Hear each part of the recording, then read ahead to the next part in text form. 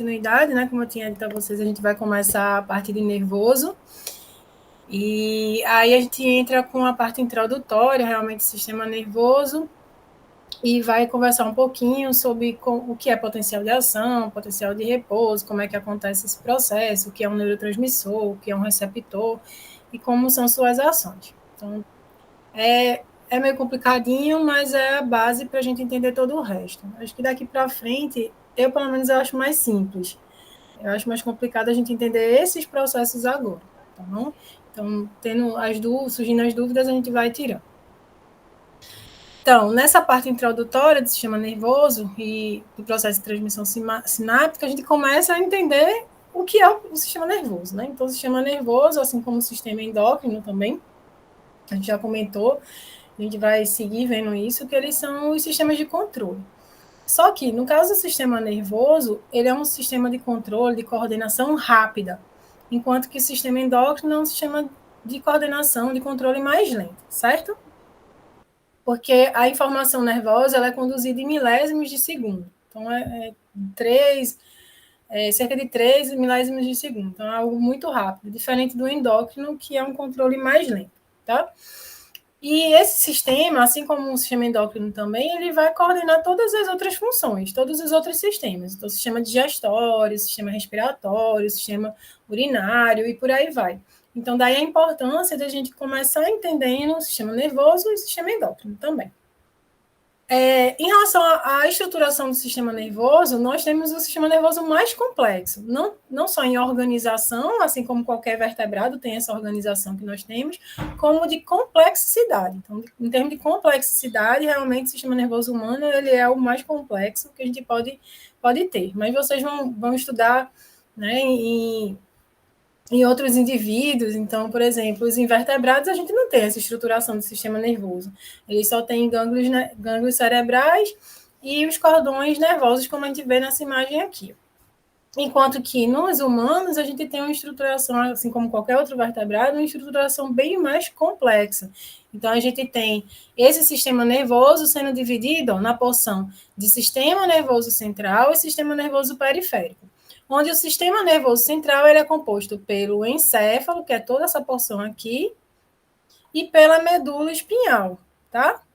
E aí, como sistema nervoso periférico, a gente tem justamente os nervos. Então, eu queria que vocês pensassem assim, é como se o sistema nervoso central, que é aquilo que integra, que gera toda a informação, fosse o nosso HD, a nossa CPUzinha, né? Todo aquele compartimento central do computador.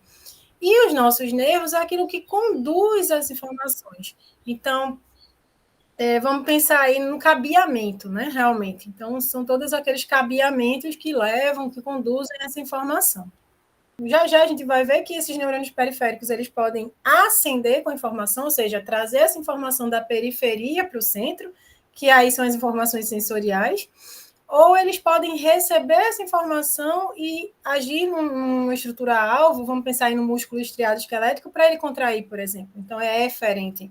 Então, são continuações, certo? E a porção periférica. Então, são neurônios que se comunicam. O sistema nervoso central, a porção de encéfalo, que é aquela que a gente realmente tem que dar mais destaque, ele tem as suas subporções. Então, a primeira delas é essa em vermelho aqui, ó, essa laranjada, que é o telencéfalo. Então, nessa a gente tem estruturas como o sistema límbico, que no trabalho vocês vão falar, né, a questão das emoções, a gente tem o córtex cerebral, que é a nossa porção da consciência. Então, tudo que acontece a nível de consciência, seja a consciência de que alguém tocou em mim, a consciência de que está claro, ou movimentos que eu executo conscientemente, são informações que são interpretadas nesse córtex cerebral ou que são geradas nesse córtex cerebral. Então, toda função que ocorre a nível de consciência, seja de interpretação, seja de geração de um impulso nervoso para determinada função, é porque ele saiu ou ele chegou no córtex. Tudo que é consciente parte ou chega no córtex. O diencéfalo é essa porçãozinha aqui, ó, em verde, que a gente vai falar muito dele ainda. Por quê? O diencéfalo é a porção onde a gente tem o tálamo, o hipotálamo. Então, a gente vai falar do tálamo, na condução de informação sensorial, passa pelo tálamo. O hipotálamo, a gente fala dele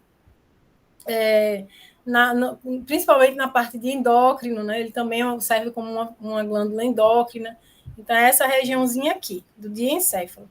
Abaixo, a gente tem o mesencéfalo, a ponte aqui em amarelo, e o bulbo aqui meio arroxeado. Essas três porções, né, mesencéfalo, ponte e bulbo, ela forma justamente o tronco encefálico ou tronco cerebral. Preste atenção nisso. Diferente do córtex cerebral, onde toda função que chega ou que sai dele é consciente, o tronco encefálico ele é responsável por todas as funções inconscientes ou subconscientes, involuntárias. Então, por exemplo, a nossa postura ela é controlada pelo tronco encefálico, porque é algo que não depende da consciência da gente. A gente até interfere nela conscientemente, mas ela ocorre independente da nossa consciência. A nossa alteração do batimento cardíaco, da frequência respiratória, então são funções inconscientes, involuntárias. Então ocorre a nível aqui o controle do tronco encefálico, tá bom? Então essas são as porções do encéfalo. Lembra que abaixo dele, né, logo aqui abaixo, a gente vem com a medula espinhal. Então, na medula espinhal, a gente tem o prolongamento dos neurônios que conduzem as informações que são levadas ou que são trazidas, levadas ao encéfalo ou trazidas dele para a periferia. É o nosso caminho, digamos assim, a medula espinhal. E ainda, né, por conta das funções que desenvolvem, esse encéfalo ele pode ser dividido nas porções de encéfalo inferior, que, como a gente já falou, é a porção que controla as funções involuntárias, subconscientes. Então, justamente é o nosso tronco encefálico, juntamente com os núcleos da base. Então, é o bulbo, a ponte, o mesencéfalo e os núcleos da base, que fica naquela regiãozinha próxima ao diencéfalo. E o cérebro superior é formado pelo córtex cerebral. Então, é a porção consciente do nosso encéfalo. E aí é importante a gente ter essa percepção. Tudo que é córtex é consciente, tudo que é tronco encefálico, núcleo da base, que é o cérebro inferior, é subconsciente, é involuntário. Não depende da vontade da gente. Então, por exemplo, a gente tem receptores sensoriais que são os barorreceptores nos vasos sanguíneos. Eles captam informação sensorial de pressão sanguínea, mas a gente não tem consciência disso. Mas essa informação é levada do vaso sanguíneo para o tronco encefálico, é feita essa interpretação e a correção da pressão sanguínea, tá? Então, veja que ocorre tudo longe da consciência da gente, porque é numa área de tronco encefálico e não de córtex cerebral.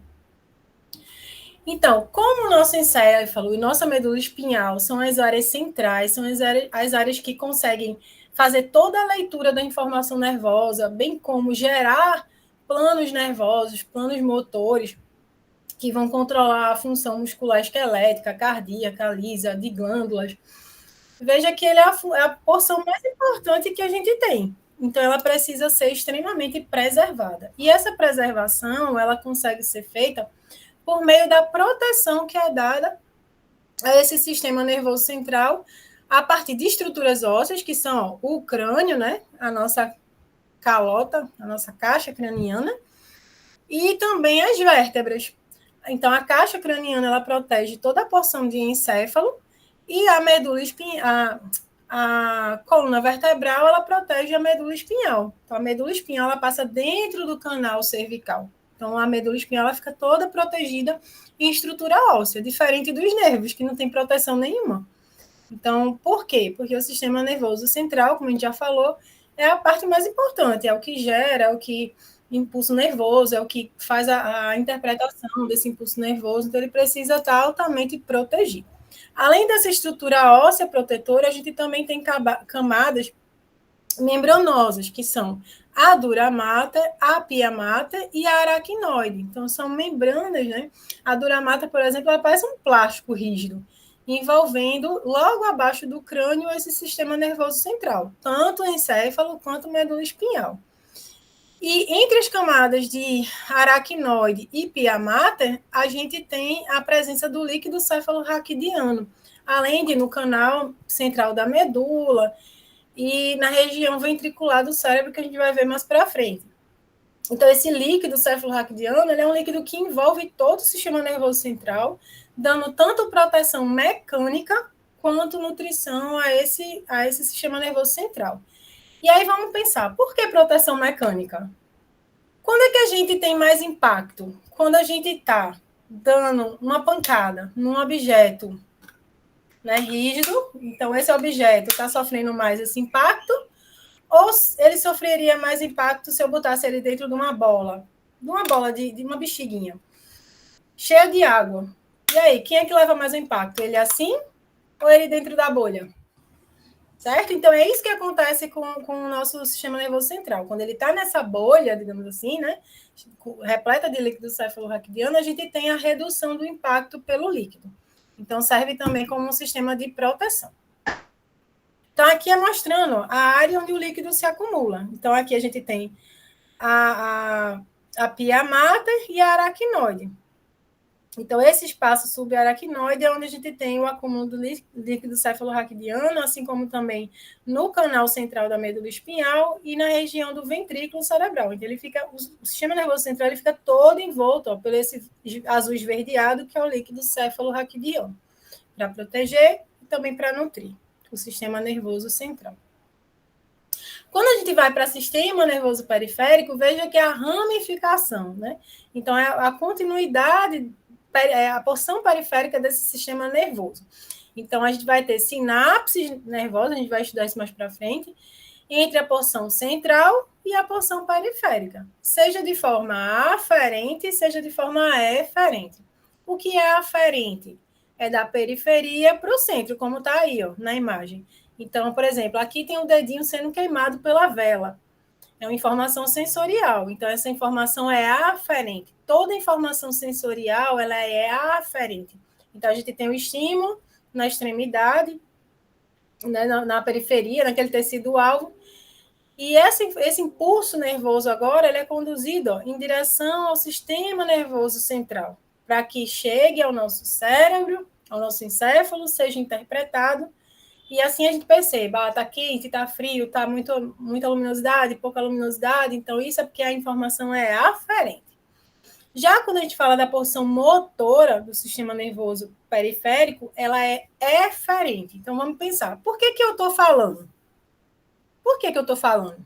Porque o meu córtex cerebral gerou um impulso nervoso motor que está fazendo com que minha musculatura se movimente e eu tenha esse processo de fala, assim como eu estou mexendo minhas mãos. Então, é um processo eferente. Eu estou descendo com a informação central para a periferia, para que esse tecido sofra a ação nervosa, né, e desempenhe a função que está sendo pretendida.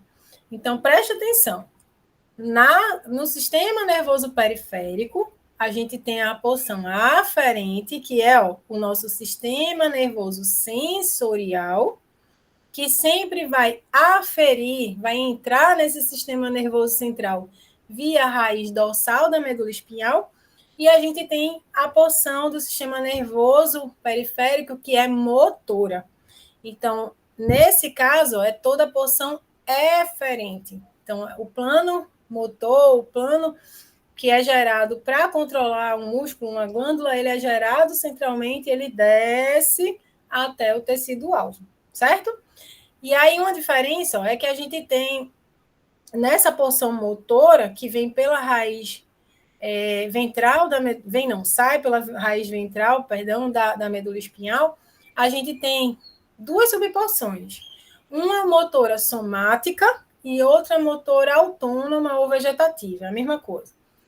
Motor somático só controla músculo estriado esquelético. Então, toda vez que a gente fala em sistema motor somático, a gente está falando de postura e locomoção, porque a função aí é sobre músculo estriado esquelético. Já quando a gente fala de sistema nervoso motor autônomo vegetativo, a gente está falando de músculo liso, músculo cardíaco e glândulas. Ou seja, funções vitais, funções autônomas, funções que independem da consciência e da vontade da gente. A gente não sabe nem o que está acontecendo e ela está lá acontecendo. O coração está batendo, a gente está trocando gás no pulmão, os vasos sanguíneos estão dilatando ou contraindo, e a gente não faz ideia disso, porque é autônomo ou vegetativo.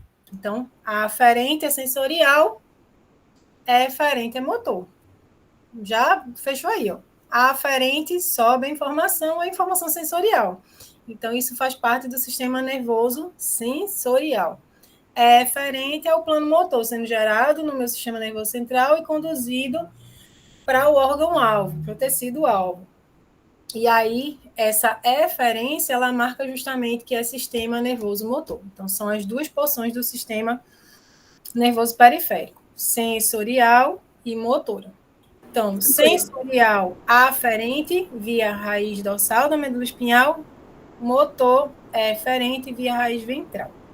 Aí, o que é que tem de diferencial aí no motor? A gente tem duas porções motoras, uma autônoma e uma somática. A somática só controla músculo estriado esquelético. A autônoma só controla músculo liso, cardíaco e glândulas. Então, aqui justamente mostrando de novo essa informação que a gente está dando. A gente tem o motor somático e a gente tem o motor autônomo, que são os sistemas eferentes. A gente tem informação sendo gerada o planozinho lá no sistema nervoso central e descendo para o tecido. Sistema nervoso motor somático. Então, motor, como a gente acabou de falar, é eferente, ou seja, a informação está vindo, aqui é a medula espinhal, está vindo do sistema nervoso central em direção ao órgão-alvo da ação dele. Como esse aqui é sistema nervoso motor somático, o tecido de ação dele é o músculo estriado esquelético. Então, a gente falou isso antes. Então, a informação está vindo do sistema nervoso central em direção à periferia, ao tecido-alvo. O que é que muda, então, do motor autônomo? Então, o autônomo, a gente vai ter o mesmo percurso, só que ele não parte da porção consciente, ele não parte do córtex cerebral, né? Ele parte do tronco encefálico aqui, ó. E aí chega no órgão-alvo da ação dele, que não é mais músculo estriado esquelético. Lembra que quando a gente trabalha com autônomo ou vegetativo, é a mesma coisa, a gente está trabalhando com músculo liso, cardíaco e glândulas. Então, são funções que são vitais e que são inconscientes e involuntárias, diferente do motor, onde a gente trabalha com músculo estriado esquelético. As funções são subconscientes ou voluntárias, né? Depende se é postura, se é locomoção, mas é sempre músculo estriado esquelético. E o sensorial? A diferença aqui é agora aferente. Então, a informação ela não é gerada pelo sistema nervoso central e conduzida até a periferia, por neurônio periférico. É o oposto. O neurônio, a função do neurônio periférico aqui, ó, é captar a informação nervosa. Então, lembra, por exemplo, que as meninas falaram de canais mecanodependentes. Então, se a gente toca num tecido da gente, a gente sente. Por que a gente sente? Porque a gente ativou esses canais, gerou um impulso nervoso naquele neurônio que inerva aquele local, e ele é conduzido, ó, aqui, de forma aferente. Eu trago essa informação da periferia, ó a setinha ali do mouse. Eu vou subindo com ela da periferia para o sistema nervoso central, para a gente ter essa interpretação da informação sensorial. Aí, o que acontece com o sensorial? O sensorial, a gente tem uma particularidade, que é a capacidade de identificar diferenças de potencial de ação. Então, quanto maior ou menor o estímulo a gente tem, a gente vai ter maior ou menor geração de impulso nervoso, ou seja, maior ou menor intensidade do potencial de ação. E aí, isso é interpretado no nosso sistema nervoso central, então no nosso encéfalo. E aí, o nosso córtex cerebral consegue, com isso, interpretar se a gente tem uma luminosidade mais alta, mais baixa, um som mais alto, mais baixo, se o estímulo mecânico ele foi maior ou menor, e assim por diante. Se a temperatura está muito quente, ou se está morna, ou se está gelada. Então, a gente consegue identificar essa diferença por causa das diferenças de estímulo, de intensidade e de potencial de ação que a gente está dando naquele tecido. Então, é diferente eu alisar, eu apertar, eu beliscar, né? Então, a gente sente essa diferença justamente porque a intensidade do estímulo diferente gera potenciais de ação diferente. E aí, esses diferentes potenciais de ação, eles são interpretados lá no córtex cerebral de forma diferenciada. Também a gente tem a porção visceral sensorial. Então, o sistema nervoso sensorial, a gente divide ele em somático, que são todos os tecidos, com exceção das vísceras, e visceral. Por que isso? Porque o sistema nervoso sensorial visceral, ele tem uma sensibilidade, digamos assim, menor do que o somático. Tanto que a gente percebe que está acontecendo alguma coisa diferente, né? Principalmente se a gente pensar em estímulo nocivo, doloroso. Então, a gente se sente quando a gente está com a cólica. Mas a gente percebe, a gente consegue diferenciar, por exemplo, se a cólica é intestinal, é uterina, se está na região de cólon, de sécon, a gente consegue fazer essa diferenciação? Ou simplesmente a gente identifica como uma cólica? Então, só uma cólica genérica, porque a gente não tem essa precisão de localização que a gente teria no somático. Então, se a gente leva sei lá, uma furada na ponta do dedo, a gente consegue identificar se é para a direita, se é para a esquerda. Então, é bem diferente do sistema nervoso sensorial visceral. Então, a gente tem uma precisão muito menor do que a somática, certo? E fora isso, né, a gente tem uma mistura de informações, tanto com a própria informação visceral, nas diferentes vísceras, como com informação somática. Então, quantas vezes, né, a gente já teve acúmulo de gases, isso aí eu sempre falo, porque é o mais fácil a gente perceber, a gente teve acúmulo de gases e pensou que estava infartando. Ou uma pessoa estava infartando e achou que estava com uma dor muscular. Então, justamente por causa dessa imprecisão que o sistema sensorial visceral tem, tá certo? Então, é por isso que ele é dividido em também o sistema sensorial em somático e visceral, porque o visceral ele não é tão preciso. Então, agora a gente vai ver como é a estrutura celular do sistema nervoso. Então, o sistema nervoso ele é formado por 2 tipos de células básicas. Então, essas são as células essenciais, fundamentais para o funcionamento dele. Uma que é inesquecível da gente é o neurônio. Então, o neurônio ele é a célula básica do sistema nervoso, porque é ele que vai gerar, que vai interpretar, que vai conduzir o impulso nervoso. Nenhuma outra célula faz isso. E a célula que dá toda a estruturação, nutrição, proteção para o neurônio, para que ele funcione adequadamente, é a célula da glia, também chamada de célula glial, tá? Então, esses são os 2 tipos celulares fundamentais para o funcionamento do sistema nervoso. Neurônios, também chamados de células nervosas, e células da glia ou células gliais. O neurônio, como a gente já falou, né, é a única célula responsável por gerar, conduzir, interpretar o impulso nervoso, o potencial de ação. Então, somente ela que consegue fazer isso, nenhuma outra. E, portanto, o neurônio é considerado a unidade funcional básica do sistema nervoso. De acordo com a função que o neurônio exerce, a morfologia dele vai variar. A gente acha que o neurônio é sempre uma célulazinha assim, né? A gente geralmente vê essa imagem na escola. Mas, de acordo com a função dele, a morfologia também é variada.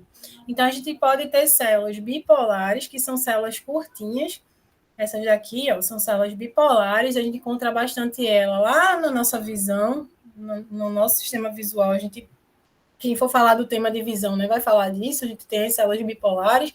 É uma camada de células curtinhas entre outras células. Na verdade, entre os fotorreceptores e as células ganglionares, a gente tem essas células bipolares curtinhas. Então, aqui é só para vocês verem que tem formato diferente. As pseudo-unipolares são células que têm prolongamentos dos 2 lados. A gente tem um corpo celular aqui, e o dendrito e o axônio. Então, a gente tem 2 prolongamentos, diferente daqui, né? Que é a célula que normalmente a gente vê nas imagens de livro e tudo mais, que são as células multipolares, onde a gente tem o corpo celular, os dendritos, como se fossem uns ramozinhos, e o axônio, que é grandão. Nem sempre é assim, não.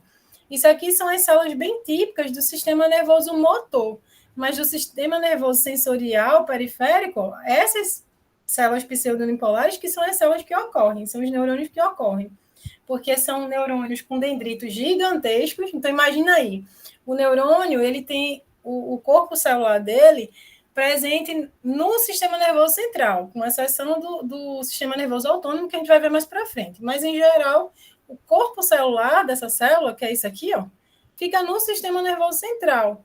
Mas a principal área de captação de informação é o dendrito. Aí, como é que o dendrito ia chegar lá no meu dedão do pé, se o corpo celular da célula está lá na minha medula espinhal, se ele fosse do tipo multipolar, se fosse desse daqui, ó? Não chegava. Então, o sistema nervoso sensorial, a porção periférica dele, é todo formado por neurônio pseudo-unipolar. Tá bom? E aí, o restante das células realmente são são neurônios multipolares. Se a gente pensar em sistema nervoso periférico, por exemplo, toda a parte motora é formada por esse neurônio aqui, o multipolar, tá certo? Então, funcionalmente falando, a gente tem neurônios classificados como interneurônios e motores, que são desse tipozinho aqui, multipolar, e a gente tem os sensoriais, cuja porção periférica é toda pseudo-unipolar. Então, a gente já percebe, né, essa diferença de formato do neurônio, de morfologia do neurônio, relacionada com a função que ele exerce.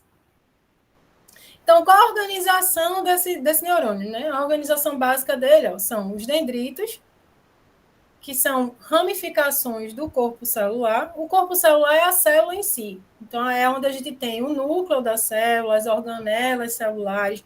Somente aí ocorre síntese proteica. Então, por isso que a gente vai entender que somente aqui são sintetizados os neurotransmissores peptídicos, porque é o único local que tem organela e que tem núcleo para ocorrer o processo de transcrição e tradução. É no corpo celular, tá? Então, os dendritos são prolongamentos desse corpo celular, que são o local onde a gente tem mais receptor para neurotransmissor. Então, por isso que os dendritos são a principal área de captação de informação. O prolongamento do corpo celular aqui, é o axônio, certo? Que pode ser com ou sem bainha de mielina. E o finalzinho, essa ramificação do axônio, né, são vários raminhos, é o terminal ou terminação pré-sináptica. Então, é essa areazinha que tem, por exemplo, as vesículas com neurotransmissores para fazer lá com a célula pós-sináptica a sinapse química. E também, né, os canais para a sinapse elétrica, que a gente vai ver mais para frente. Então, aqui só no terminal pré-sináptico, para vocês verem como ele é, né? Então, naquele finzinho, naquela ramificaçãozinha final, a gente tem, no caso, se é um neurônio que acumula neurotransmissor, né, que vai fazer sinapse química, a gente tem no neurônio, no terminal desse neurônio pré-sináptico, as vesículas com neurotransmissores. E aí, desse terminal, ela é liberada na fenda sináptica, a gente vai falar disso melhor mais para frente, se liga com o receptor na célula pós-sináptica, marcando assim o processo de sinapse. E aqui, entre duas células adjacentes, a gente tem canais justapostos entre duas células, que são as chamadas junções comunicantes, junções abertas ou junções do tipo gap. Nesse caso, isso aqui vai acontecer na sinapse elétrica, mas perceba que em todos os dois casos, isso está lá no terminal pré-sináptico, tá bom? Então, ele permite, né, a função dele é permitir essa comunicação, seja química, seja elétrica, entre duas células diferentes. Já as células da glia, né, a gente tem 5 tipos diferentes de células da glia, que são as células ependimais, os oligodendrócitos, os astrócitos, as micróglias e as células de Schwann. O que as células da glia fazem? Então, como a gente já comentou, as células da glia elas servem para estruturar o sistema nervoso, então dar suporte aos neurônios, proteção aos neurônios, nutrição a esses neurônios. E não só isso. São as células da glia, inclusive, que durante a fase embrionária e durante fases de reparação de lesões, elas liberam fatores de crescimento e fatores quimiotáticos, ou seja, fatores que direcionam o desenvolvimento dos neurônios para que o sistema nervoso se forme ou seja reparado, tá bom? Qual a única coisa que a célula da glia não faz? A única coisa que ela não faz é a função do neurônio. Ela não gera, não conduz e não interpreta impulso nervoso. Isso ela não faz. Só quem faz é o neurônio, como a gente já falou. Então, como a gente viu, a gente tem diferentes tipos de células da glia. A gente tem as macróglias, que são formadas pelos astrócitos, aqui, ó. Os astrócitos, que são esses daqui, e os oligodendrócitos. Os astrócitos, eles são as células responsáveis por formar a barreira hematoencefálica. Isso aqui é um vaso sanguíneo, certo? E a gente vê, ó, na periferia dele, o astrócito fazendo o isolamento desse vaso, ou seja, formando a barreira hematoencefálica. Por quê? O sangue, ele pode estar em contato com o nosso sistema nervoso central? Não. Diretamente. Porque se pudesse, o acidente vascular cerebral não seria um problema. Não é o derrame de sangue no nosso sistema nervoso central? Tá. Então, o sangue, a primeira coisa é que ele tem um monte de célula de defesa. Então, quando ele cai no sistema nervoso, ele começa a destruir diretamente esse sistema nervoso. Fora isso, a gente tem diversos fatores pró-inflamatórios. Então, veja que vai causar uma inflamação e como tem célula de defesa ali, ela vai começar a destruir, a querer defender e, na verdade, vai destruir o sistema nervoso central. Então, o sangue ele não pode ter contato de jeito nenhum com o sistema nervoso central. E aí, o que é que essa barreira hematoencefálica faz? Ela isola o vaso, ela envolve todo o vaso, isola ele. E aí, como é que o tecido vai se nutrir, vai se oxigenar? Tudo vai ser passado para o astrócito e do astrócito para o tecido nervoso, para a célula nervosa, para o neurônio. Então, nada passa diretamente, né? Tudo vai ser passado lá pelo astrócito. Ele é um mediador de nutriente, de oxigênio, então tudo é passado para ele, né? Assim como também o lixo daquele sistema nervoso. Então, passa para ele, dele para o sangue. Tá certo? É um intermediário, digamos assim. É um atravessador, o astrócito. E, além disso, né, o astrócito também ele forma a cicatriz glial. Então, toda vez que a gente tem uma lesão no sistema nervoso central e o tecido nervoso ele não consegue reparar, aquela área que era de célula nervosa, de neurônio, ela é substituída. Ó. Isso aqui, o rosinha, é cicatriz glial. Ela é substituída pelos astrócitos. Então, eles se proliferam e formam como se fosse a cicatrizinha lá que a gente tem no corpo da gente. Só que a cicatriz da gente na pele, quando a gente tem, é fibrose, né? Tecido fibroso. Nesse caso, não. Nesse caso, é astrócito que se prolifera e ocupa aquele tecido, aquela área lesada. Tá bom? Então, essa é a função do astrócito.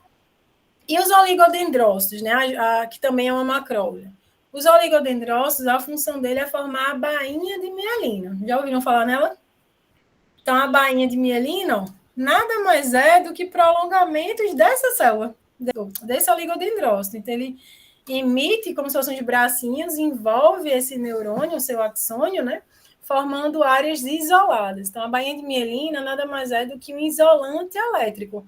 Ela vai isolar essa membrana de forma intervalada, essa membrana do axônio. Só que o oligodendrócito, ele vai estar presente somente no sistema nervoso central. Então, quando a gente fala de bainha de mielina no sistema nervoso central, a gente está falando de oligodendrócito. Já no sistema nervoso periférico, são as chamadas células de Schwann, essa daqui de baixo, tá bom? Aí, o que muda além da localização? Os oligodendrócitos, eles conseguem, ver que pela imagem a gente já percebe isso, emitir vários prolongamentos e assim formar a bainha de mielina em diferentes células nervosas. A célula de Schwann, não. Então, cada isolamentozinho desse é uma célula de Schwann. Então, a gente precisa de várias células para formar uma bainha de mielina. Então, aqui, ó, o oligodendrócito forma a bainha de mielina no sistema nervoso central. Célula de Schwann forma a bainha de mielina no sistema nervoso periférico. Outro tipo de célula da glia, né? Então, a gente falou das macróglias, que são os astrócitos e oligodendrócitos, e agora a gente vai falar das micróglias. Então, as micróglias aqui, ó, essa pequenininha. Então, a micróglia é como se fosse a célula de defesa do sistema nervoso central. E daí ela tem movimentos ameboides, ela realiza fagocitose, igualzinho a um macrófago, que está lá no sangue da gente, né? Migra para o tecido e faz essa função de fagocitar e tem um movimento ameboide. Então, o que, que a micróglia vai fazer no sistema nervoso central? O que, é que ela vai fagocitar? Ela vai fazer a limpeza total desse sistema nervoso central. Então, lembra que no processo de sinapse, a gente tem liberação de neurotransmissor, a gente tem alteração de fluxo de íons, né? Então, íons entram, íons saem da célula. Então, a micróglia faz toda essa fagocitose de resíduo de íons, de resíduos de neurotransmissores, além de fagocitar também patógenos. Então, agentes que são estranhos àquele tecido, ela vai lá e faz a limpeza. Ela tem essa função de limpar, de reorganizar o tecido. O problema é que, se a gente tiver alguma patologia, né, e existe isso, a gente vai, inclusive, eu vou estar postando para vocês lá no Google Class, algum distúrbio na proliferação dessas micróglias, e aí a gente tem uma hiperproliferação delas, pode se manifestar uma doença autoimune, por exemplo, a esclerose múltipla. Né? Então, a esclerose múltipla é quando a gente tem, uma das características dela é essa proliferação exagerada de micróglia, e essas micróglias começam a fagocitar a bainha de mielina, e aí compromete, né, a condução da informação nervosa. Basicamente é isso. Micróglia, ela vai fazer a limpeza desse sistema nervoso central. O outro tipo celular, as células ependimais. Então, as células ependimais, ó, são essas células, essas franjinhas aqui, essas células frangeadas, ciliadas, que se encontram tanto na região ventricular, que é essa regiãozinha aqui, ó, marcada em vermelho, é justamente como se fosse a célula ependimal, tá? Então, essa região, essa areazinha roxeada é um espaço que é justamente a área dos ventrículos cerebrais. E aqui, ó, no canal da medula espinhal, que a gente chama de canal medular. Esse canal central da medula espinhal também a gente tem, ó, aqui marcadinho em vermelho, células ependimais, que sempre estão próximos de vaso sanguíneo. Olha o vermelhinho aqui, ó, a célula ependimal aqui em roxo, nesse desenho menor, e o vaso sanguíneo logo abaixo, porque a função da célula ependimal, ou ependimária, é produzir o líquido cefalorraquidiano. E para produzir esse líquido cefalorraquidiano, ela usa o plasma sanguíneo. Ela sempre está próximo de grande número de vasos, organizada assim, ó, principalmente nessa estrutura de plexo coroide. Então, vê que esse vermelhinho é tudo vaso sanguíneo. Então, ela fica bem próxima de áreas bastante irrigadas, para pegar o plasma sanguíneo e transformar no líquido cefalorraquidiano. E aí, agora, a gente vai entender como que é essa função do neurônio em termos de geração de impulso nervoso. Então, a primeira coisa, a gente tem que entender que o neurônio, assim como qualquer célula, ela tem um potencial de repouso. Ela tem um potencial típico dela. Que, assim como qualquer outra célula, é um potencial onde a célula fica mais negativa internamente e menos negativa, e mais positiva externamente. Por que que ela fica assim? Primeiro, porque ela tem uma baixa permeabilidade iônica. No estado de repouso, o neurônio ele tem basicamente todos os seus canais fechados. Então, todos aqueles canais de passagem, eles têm suas compotinhas lá fechadas. Eles estão fechados, porque a membrana ela tem uma baixa permeabilidade iônica. Então, nem entra, nem sai íon. Mas a bomba de sódio e potássio, ela está altamente ativa no estado de repouso. Ela está ali a todo vapor. E o que a bomba de sódio e potássio faz? Presta atenção. A bomba de sódio e potássio, como a imagenzinha ali, ó, tá mostrando, ela joga 3 sódios para fora da célula e 2 potássios para dentro da célula. 3 sódios, 3 cargas positivas para fora e 2 cargas positivas para dentro. Onde é que vai ter mais carga positiva? Fora. Então, só daí, só pela bomba, a gente já percebe que já manteve um potencial mais negativo dentro e mais positivo fora. Aí, como todos os canais, né, estão fechadinhos, porque a membrana tem baixa permeabilidade nesse momento, sai o sódio, mas ele não consegue retornar. Ele fica preso fora. Então, mantém, esse estado de repouso mais positivo fora e mais negativo dentro. Somado a isso, nessa membrana, esses canais de passagem estão fechados. Mas lembra que as meninas falaram de canais de gotejamento? O canal de gotejamento ele sempre está aberto. E a célula nervosa ela tem uma riqueza em canais de gotejamento de potássio. Então, como a bomba jogou potássio para dentro, para onde é que vai o potássio pelo canal de gotejamento? Para fora, porque o gradiente de concentração criado pela bomba de sódio e potássio é para o potássio sair. Ela jogou muito potássio para dentro, então o potássio, quando o canalzinho abre, ele passa para fora. Então, perceba que tem a bomba, já vou, viu, Pedro?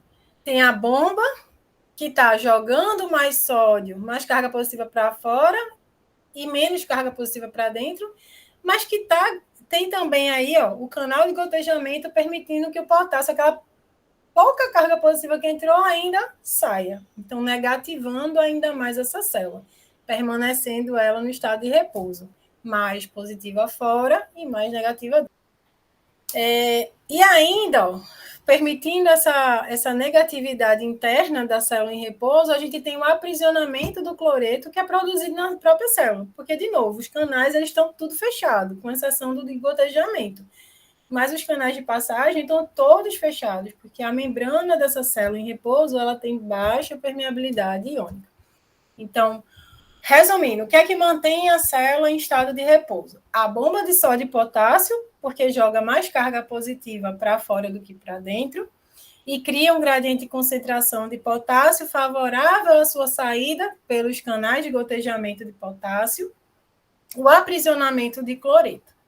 Tá certo? Então, basicamente é isso aí. A bomba, a baixa permeabilidade iônica da membrana, com aprisionamento do cloreto, e o canal de gotejamento de potássio, jogando mais carga positiva para fora ainda. Tá certo? E aí, como é que essa célula sai do estado de repouso? Né? Então, primeira pergunta aí que fica. Aqui só mostrando justamente essa ação. A bomba. Então, 3 sódios se ligam, e aí ele sai, o potássio se liga aqui, 2 entra.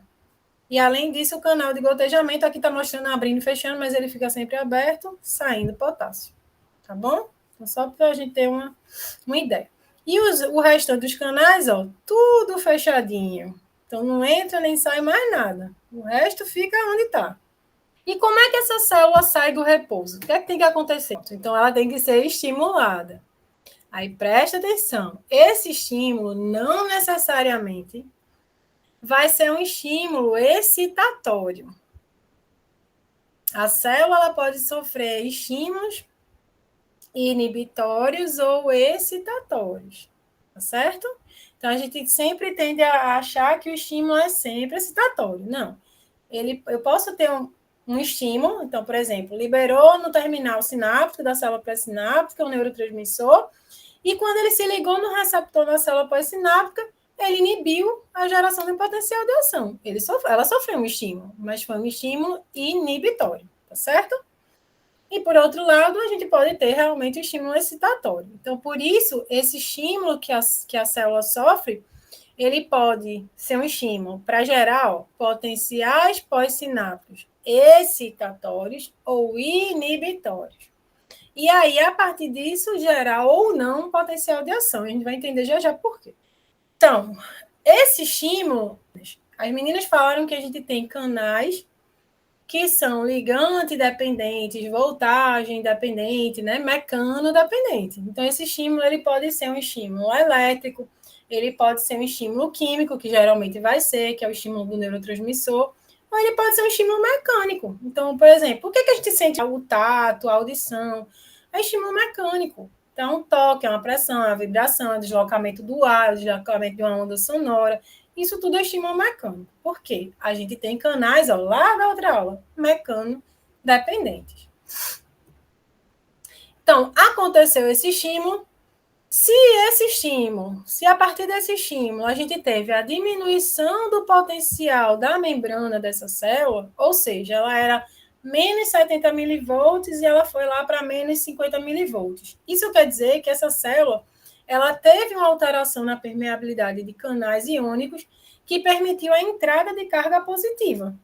Ela se tornou mais positiva dentro do que fora. Então, inverteu, ela despolarizou. Isso aí marca um potencial pós-sináptico excitatório, tá certo? Se a célula despolariza, a gente está tendo um potencial pós-sináptico excitatório. Por outro lado, se a gente tem o aumento do potencial de membrana, dessa membrana celular, ou seja, se essa célula se tornou mais negativa ainda dentro, ela hiperpolarizou. E o potencial de ação, ele é despolarização ou ele é hiperpolarização? Então, vê, se a célula despolarizou, se ela reduziu lá o potencial de membrana dela, a gente gerou um potencial pós-sináptico excitatório que, consequentemente, pode desencadear o potencial de ação. Mas se a célula sofreu um potencial pós-sináptico inibitório, se ela hiperpolarizou, vai gerar potencial de ação? Então, veja que é diferente, tá certo? Num caso, a gente é o primeiro passo para gerar um potencial de ação, que é a despolarização da célula, né, o potencial pós-sináptico excitatório, e o outro é no sentido de impedir que esse potencial de ação ocorra. Aí vocês vão dizer, para que danado vai impedir que o potencial de ação ocorra? Sabe um exemplo bem facinho da gente entender? A dor. Como é que como é o mecanismo dos opioides endógenos? Porque a gente produz opioide. O que é que acontece com os opioides, né? Como é que eles atuam para diminuir a sensação de dor? Causando essa inibição, causando, né, gerando um potencial pós-sináptico inibitório. Então, assim, ele modula essa questão da intensidade de dor. É um exemplo que a gente pode usar bem facinho. Então, potencial excitatório ou pós-sináptico, ou potencial pós-sináptico excitatório, é a mesma coisa. A gente vai ter, portanto, a despolarização da célula, que é a mesma coisa dizer que a célula hipopolarizou, tá certo? Então, assim, a gente está conduzindo essa célula para uma possível geração de potencial de ação. Peraí. E potencial inibitório é toda vez que a gente tem ainda mais a intensificação dessa negatividade interna da célula. Ela hiperpolariza. Então, aqui só uma característica, que eu sempre boto essa imagenzinha, que eu acho que facilita, do potencial pós-sináptico. O potencial pós-sináptico, gente, ele ocorre na região de dendrito e de corpo celular. Nessas regiões, a gente tem canais do tipo ligante dependente. Se o canal é ligante dependente, ele só abre ou só fecha se ele estiver ligado ao neurotransmissor, certo? Então, o neurotransmissor é o que ativa essa abertura ou fechamento do canal. Se o neurotransmissor saiu dali, eu altero esse estado do canal. Então, eu não permaneço. Por exemplo, se eu pensar num acetilcolina, num receptor nicotínico. Quando a acetilcolina liga, abre o canal de sódio, de cálcio, e aí tem influxo desses íons e despolariza a célula. Saiu o neurotransmissor, acabou. Fechou, não entra mais ninguém. E a célula volta ao repouso. Então, consequentemente, os potenciais pós-sinápticos, sejam eles excitatório ou inibitório, eles dependem dessa ligação com o neurotransmissor. E eles não se regeneram, porque justamente eles são ligante dependente. Então, é como se aquela intensidade da despolarização ela fosse se perdendo ao longo do neurônio. Então, eu uso sempre essa imagenzinha, né, para a gente lembrar que é como se a gente estivesse jogando uma pedra no lago. Então, quando a gente joga a pedra, perto da pedra, a gente tem uma grande despolarização, uma grande onda. Mas ao longo desse percurso, né, essa ondinha vai enfraquecendo até se perder. Então, assim é que ocorre o potencial pós-sináptico. Ele vai perdendo sua intensidade. E por que eu estou falando isso? Porque o potencial de ação ele é bem diferente. Porque no caso do potencial de ação, ele só é gerado na região de axônio. Ele não é gerado no dendrito e no corpo celular, não. Por quê? Como eu acabei de dizer, dendrito e corpo celular, ele tem canais de ligante dependente. Então, ele não gera potencial de ação, ele gera potencial pós-sináptico, seja excitatório, seja inibitório, aquele que vai se perdendo, vai enfraquecendo. Potencial de ação, ele é regenerativo, ele é explosivo, ele é tipo tudo ou nada. Por quê? Porque ele é gerado a partir da ativação de canais voltagem dependente. Então, consequentemente, o potencial de ação ele só acontece se o grau de despolarização daquela célula for suficientemente alto para ativar os canais voltagem independente, tá certo? Que estão lá na região de axônio. Então, a partir do momento que houve essa ativação do canal, o potencial de ação ele ocorre do início ao final desse axônio, sem interrupção, sem diminuição da intensidade nenhuma. Ele vai ocorrer no sentido realmente de regeneração, de explosão. Ele não para mais. Não tem quem pare mais ele, tá certo? Então, por isso que a gente diz que o potencial de ação, diferente do potencial pós-sináptico, ele é do tipo tudo ou nada, porque ele depende de se atingir o limiar de excitação, que é justamente essa diferença de voltagem necessária para ativar o canal voltagem dependente. Ele é explosivo, porque ele vai embora sem parar, e ele é regenerativo. Por que é regenerativo? Porque é canal voltagem dependente. Então, ativou o primeiro canal aqui, ó, vamos pensar na imagem. Ativou o primeiro canal aqui, entrou a carga positiva, já ativa o segundo, o terceiro, o quarto e vai embora. Então não para mais, ele é regenerativo. Por causa dos canais de voltagem independente. Então é justamente o que está mostrando nessa imagem aí, ó. Então, ativou o primeiro canal de sódio, entra o sódio, ativa o seguinte, vai embora. Não tem mais como parar. Então, é isso que vai mudar o potencial, vai diferir, né, o potencial de ação do potencial pós-sináptico. Um é regenerativo, é explosivo, não tem mais como a gente interferir nele. O outro, ele não é regenerativo, ele vai se perdendo, certo? E aí o potencial de ação é justamente a forma que a célula nervosa tem de conduzir a longas distâncias, em milésimos de segundo, a informação nervosa. Aqui é só para a gente entender melhor o que é o limiar de excitação. Então, o limiar de excitação é o que faz com que esse potencial de ação ele seja caracterizado como tudo ou nada. Então, o limiar de excitação da célula nervosa é, como eu falei, chegar a um grau de despolarização mínima para ativar o canal voltagem dependente agora lá no axônio. Então, se a gente for fazer uma comparação com coisas da rotina da gente, a gente tem o nosso carro.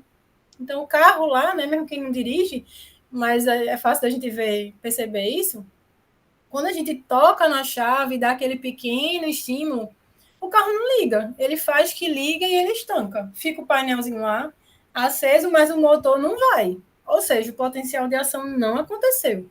Até aconteceu o estímulo, aconteceu o potencial pós-sináptico excitatório, mas o potencial de ação não seguiu, porque o motor não ligou, ele morreu. Então, não atingiu o potencial de ação. E o outro exemplo que é super fácil da gente entender, inclusive mostra todo o ciclo do potencial de ação, que vai desde a despolarização até a repolarização da célula, é a descarga. Então, a princípio acontece a mesma coisa. A gente dá o toquezinho na descarga, vai ter aquele descer aquele pouquinho de água e para. E cessa, porque o estímulo não foi suficiente para manter o canal aberto. No caso, aí o canal voltagem dependente, né? Que é o que gera um impulso nervoso aí regenerativo. Mas se a gente der um estímulozinho maior, a gente não só vai ter o potencial pós-sináptico excitatório, como o potencial de ação. Por quê? Porque a descarga vai embora, até toda a água ser esgotada. Então, veja aqui, a gente tem todo o ciclo de estímulo, de potencial pós-sináptico excitatório e de potencial de ação, porque a gente não precisa estar com o dedinho lá. A gente está com o dedo lá somente enquanto está estimulando para o potencial pós-sináptico excitatório. Chegou no limiar, a gente não precisa mais estar com o dedinho lá, até o final. Chegou no limiar da excitação, já independe do dedinho lá no botãozinho da descarga. Então, vê que ela demonstra todas as fases. Fora isso, ó, quando a descarga já chegou no limiar, já atingiu o potencial de ação, adianta eu manter o dedinho lá? Vai alterar alguma coisa? Não. Então, essa célula nervosa que está gerando o potencial de ação, ela entrou num período refratário.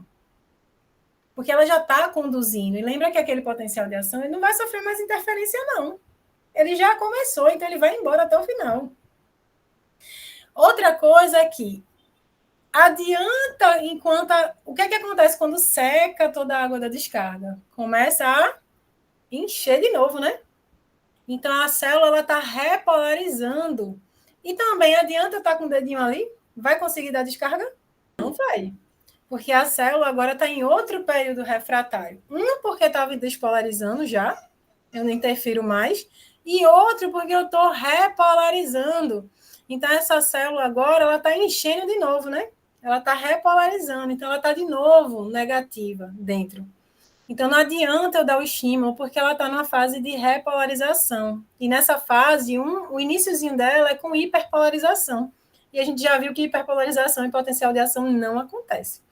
Então, quando é que essa célula volta a receber um novo estímulo? Quando ela volta totalmente ao seu repouso. Então, quando a descarga encheu completamente, aí a gente vem lá, dá o estímulo e ela consegue gerar de novo potencial pós-sináptico excitatório e potencial de ação. Então, esse é o ciclo completo do potencial de ação e que a descarga ela serve perfeitamente para a gente entender isso. Então, aqui justamente mostrando as fases de despolarização da célula. Então, aqui, ó, ela se tornando mais positiva dentro, ó, dentro do que fora. E aqui, ó, em seguida, essa carga ativa o canal voltagem independente da área seguinte. Aí essa área seguinte, ó, já vai ativar o da área seguinte, enquanto que aqui já está repolarizando. Então, a célula vai despolarizando e repolarizando. Até no final está completamente repolarizado. E por isso a gente tem duas fases refratárias, em que essa célula não responde. Uma é a fase de despolarização e outra é a fase de repolarização. Então, vamos resumir aí. Despolarização da célula nervosa. Como é que acontece? Basicamente por influxo de sódio. Entrada da carga positiva decorrente do sódio. Então, o sódio é o principal íon causador de despolarização. O cálcio também? Também. Tá? Então, o cálcio também participa da despolarização. Mas o cálcio ele se concentra mais no terminal sináptico, porque ele vai ajudar na exocitose do neurotransmissor. Ao longo do axônio, o que mais auxilia é o sódio, é o influxo de sódio. E a repolarização da célula, como é que acontece? Basicamente por expulsão do sódio pela bomba, de sódio e potássio, e pela entrada de potássio, e pela saída de potássio, perdão, por meio da abertura dos canais de potássio. Aí a célula repolariza. Então, ó, resumindo, a gente tem essas fases no ciclo de potencial de ação. Então, a despolarização pelo influxo de sódio, depois a gente passa para a repolarização. E aí, na repolarização, a gente tem uma fase de hiperpolarização, porque sai muito sódio e sai muito potássio, até que a célula volta ao repouso. E aí, somente então, essa célula consegue entrar no novo ciclo. Então, ela consegue ser novamente estimulada. Então, vê que para a célula ser novamente estimulada, ela tem que voltar ao seu repouso. Então, estimula, despolariza ou hiperpolariza, aí a célula volta ao repouso e, de novo, ela sofre uma ação. Antes disso, não consegue. Esse potencial de ação, a gente também tem diferenças com relação à velocidade de condução dele, tá certo? Isso vai depender de se o axônio ele é amielínico ou se ele é mielinizado. Se ele é mielinizado, ele tem, ó, a bainha de mielina. A bainha de mielina é essa aqui. Entre elas, a gente tem intervalos. A bainha de mielina ela não fecha o axônio do neurônio, não. Até porque ela é uma camada isolante. Então, a bainha de mielina ela vai fechar, digamos assim, isolar esse axônio de forma intervalada. Então, a gente tem a bainha de mielina e o intervalo, que é o nódulo de Ravier. A bainha de mielina e o nódulo de Ravier. Então, é sempre assim. E a gente tem ó, no axônio amielínico já a ausência da mielina. Então, o que é que difere aqui? No axônio que não tem mielina, ao longo de todo ele, a gente tem canais iônicos espaçados. Então, vai sendo ativado canal por canal, até chegar no final da célula e promover a exocitose do neurotransmissor ou uma sinapse elétrica. No axônio que é mielinizado, não. A gente só tem, ó, presença de canais iônicos em absurda quantidade no nódulo de Ravier. Então, isso significa que toda vez que eu tenho o potencial pós-sináptico excitatório e ele atinge o limiar de excitação, essa áreazinha aqui é ativada. E aí eu tenho um influxo gigantesco de carga positiva nessa área. E aí a gente não tem ativação, ó, canal iônico, canal iônico. A gente vem direto para outra área. o outro nó de Javier. Aí ativa os canais em fluxo intenso de carga positiva, ativa a área seguinte. Então, perceba que por isso que a gente chama de condução saltatória. Não é porque a condução está acontecendo como mostra, né, geralmente nas imagens de escola, um canguruzinho lá pulando. Não, não é por fora, não, é por dentro. Porque isso aqui é o interior da célula. Então, entrou a carga positiva para onde? Para o citoplasma da célula. E aí ele consegue alterar, consequentemente, a área seguinte, a área seguinte, a área seguinte. Então, vai pulando, vai fazendo esse salto de área. E aí, por isso que a condução saltatória, ela é uma condução muito mais rápida, muito mais veloz, tá? E como existe esse intervalo de presença de canais iônicos por conta do isolamento da mielina, axônios que são mielinizados e perdem essa camada de mielina, eles vão perdendo a sua capacidade de conduzir a informação nervosa. E daí a problemática, né, de doenças que causam essa desmielinização, porque não tem como o axônio que é mielinizado se tornar um amielínico. A estrutura dele não é para isso, tá? Então a gente tem dificuldade nessa passagem. E aí aqui, ó, gente, só para a gente ter uma ideia disso, né, porque geralmente a gente estuda e a gente acha que vem naquele pensamento de escola, né, muitas vezes, que um neurônio faz sinapse com outro e aí vai. Não, o neurônio ele faz sinapse com centenas de outros neurônios. E aí, nessa tentativa de gerar potencial, tem que lembrar que para gerar potencial de ação, né, a gente tem que chegar no limiar de excitação, existem os processos de somação.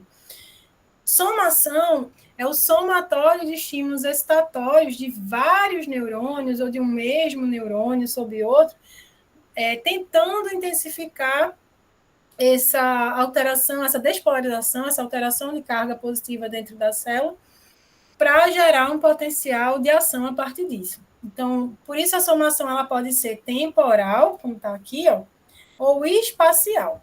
Somação espacial é quando um único neurônio ele está sofrendo a ação de vários outros neurônios ao mesmo tempo.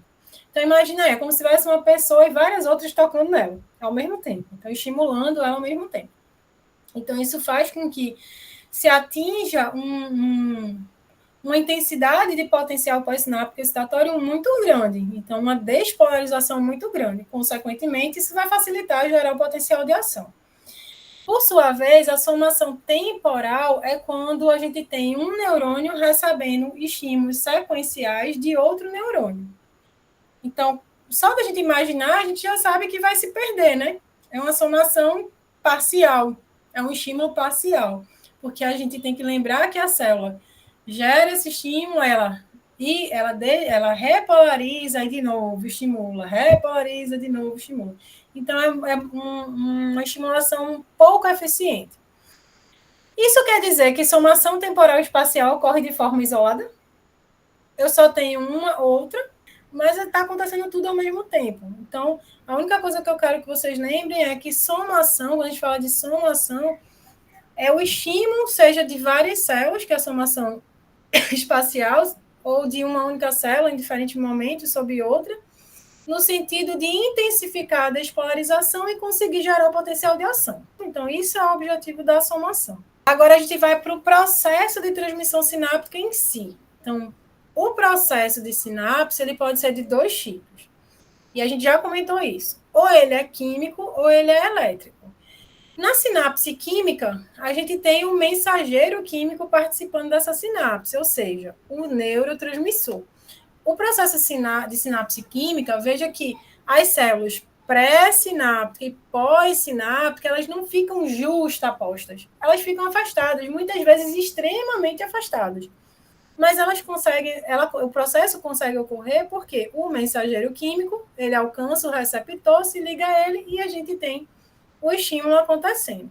Na sinapse elétrica, não. A sinapse elétrica ela ocorre por justaposição das células pré-sináptica e pós-sináptica. Então, a fenda sináptica ela é quase inexistente nesse caso. Então, aqui justamente mostrando as duas células nervosas, né, sofrendo esse processo de sinapse elétrica. Então, vê que a membrana praticamente é uma. E, inclusive, os canais entre as células, né, eles estão bem justapostos, formando o que a gente chama de junções comunicantes, junção tipo gap, junções abertas. Então, são canais que permitem passagem direta de íons. Então, se a célula pré-sináptica sofreu a despolarização, aquele fluxo iônico de sódio, de cálcio, ele vai diretamente para a célula seguinte. E aí, essa célula despolariza junto. Então, é um processo extremamente rápido, né? E que ocorre de forma direta, pela corrente iônica. Não tem mediador químico. É a corrente iônica que está alterando a voltagem da célula seguinte. E uma particularidade da sinapse química é que ela é bidirecional. Tanto a corrente iônica pode ir da célula pré-sináptica para a célula pós-sináptica, quanto da célula pós-sináptica para a célula pré-sináptica. Diferente da sinapse química. Por quê? Porque na sinapse química a gente só tem neurotransmissor no terminal sináptico. Então, ela sempre vai acontecer no sentido do terminal da célula pré-sináptica para o receptor lá na célula pós-sináptica. Então, sempre vai ser unidirecional, tá certo? A sinapse química. E sempre a gente vai ter participação do neurotransmissor liberado no terminal pré-sináptico e do receptor para esse neurotransmissor presente na célula pós-sináptica, que pode ser uma célula muscular, uma glândula, uma célula de glândula, ou um outro neurônio. Não necessariamente é um outro neurônio, não, a célula pós-sináptica. E aí a gente vai dar mais ênfase na sinapse química, que é a que mais comumente vai acontecer no organismo, tá bom? Então, a sinapse, ela pode ser de diferentes formas conforme a área que vai sofrer essa ação no neurônio. Então, a gente pode ter sinapse axoaxônica, ou axossomática, que é do axônio, do terminalzinho do axônio com o corpo celular, axodendrítica, que é com o dendrito, que é o que é mais comum, é a axodendrítica e também a axossomática, mas ela pode ser axoaxônica e axoespinhal também, que é lá com terminal, que vai intensificar essa despolarização da célula. E ainda a axomuscular, que é com a placa muscular, a gente vai estudar isso na aula que vem, né? Que é o estímulo do músculo para ele contrair, para ele exercer suas funções. Então, essas são as possibilidades que a gente tem. Então, aqui, aquela ramificaçãozinha final do axônio, terminal pré-sináptico, na pontinha dele, a gente tem essa estrutura que a gente chama de botão pré-sináptico, botão terminal, botão de passagem, que é onde se acumulam as vesículas secretoras e as vesículas sinápticas contendo neurotransmissores. E aí, nesse terminal, se concentra a maior quantidade de canais voltagem dependente de cálcio. Então, esse é o principal local que a gente tem riqueza de canal de cálcio. Por quê? Porque é o cálcio que faz com que ocorra todo um processo enzimático que faz com que essas vesículas migrem em direção à membrana plasmática e sofra a exocitose do neurotransmissor. Então, é por influxo de cálcio que a gente libera o neurotransmissor, tá? Nesse terminalzinho aí, para a fenda sináptica. Então, aí justamente mostrando o impulso nervoso chegando, o potencial de ação. Como o canal de cálcio ele também é voltagem dependente, essa alteração de carga, né, que é o potencial de ação, abre os canais de cálcio, tem influxo de cálcio, as vesículas migram para a membrana e a gente tem a exocitose do neurotransmissor. E aí, onde que a gente tem os receptores na célula pós-sináptica, né? Primeiro, o que é um receptor? Receptor, as meninas já conversaram, né, que é uma proteína. Então, a proteína presente na membrana que vai servir para captar uma informação, seja de um neurotransmissor, seja de um hormônio, né? Então, são proteínas. E eles podem estar distribuídos ao longo de todo o neurônio. Só que o principal local de recepção nessa célula nervosa são os dendritos. Então, sempre a gente lembrar disso. O dendrito ele é o principal local de captação da informação. Então, o maior número de receptores para neurotransmissores está no dendrito. O segundo local de maior riqueza é o corpo celular, embora possa estar ao longo de todo o neurônio, mas o principal local onde a gente tem receptores é o dendrito, tá bom? E esses receptores na célula nervosa, não só pode ter um receptor, não. A gente pode ter mais de um tipo de receptor na célula pós-sináptica, e geralmente é isso que vai acontecer, né? Então, eles vão interagir com diferentes neurotransmissores, e é isso que permite que aquela célula pós-sináptica ela, ao mesmo tempo, tem um estímulo excitatório, inibitório, ou que tem uma potencialização para determinado estímulo. Então, a gente vai começar a ver isso mais para frente, né? Essa possibilidade de ter mais de um receptor e, consequentemente, sofrer a ação de mais de um neurotransmissor. E como é que o receptor ele sofre a ação do neurotransmissor? Então, o que acontece aqui? Quando o receptor lá, ó, se liga na célula pós-sináptica, se liga com o neurotransmissor que foi liberado da célula pré-sináptica, o receptor ele sofre uma alteração de conformação, que a gente chama de alteração alostérica. E a partir disso ativa o efetor primário, ou seja, o agente que é responsável por determinada ação, por promover um efeito biológico, seja diretamente abrir o canal, ou seja, alterar o metabolismo da célula e secundariamente abrir ou fechar um determinado canal que a gente vai ver mais para frente. E aí despolarizar ou hiperpolarizar uma célula. Então, resumindo, o efetor primário ele pode ser o próprio canal iônico, quando a gente trabalha com canais ionotrópicos, a gente tem dois tipos de canais. Se o canal é ionotrópico, o receptor para o neurotransmissor fica no próprio canal iônico. E aí, quando o receptor se liga nesse neurotransmissor, o canal abre ou fecha, dependendo de que neurotransmissor, de que receptor a gente está trabalhando. Então, o efetor, o agente da ação, é o próprio canal, é o canal ionotrópico. Se, por outro lado, a gente está trabalhando com metabotrópico, esse receptor metabotrópico, ele não é um canal. Então, o que é que acontece? Quando o neurotransmissor se liga nesse receptor, que é metabotrópico, a gente tem uma cascata enzimática que, de primeiro mensageiro, onde a gente tem efetor primário, segundo mensageiro, efetor secundário, e os efetores agora são enzimas. Então, essa cascata enzimática, essa cascata de alteração metabólica na célula, é que vai, por sua vez, secundariamente, né, lá no final do processo, abrir ou fechar um determinado canal. Então, vê que é um processo mais complicado.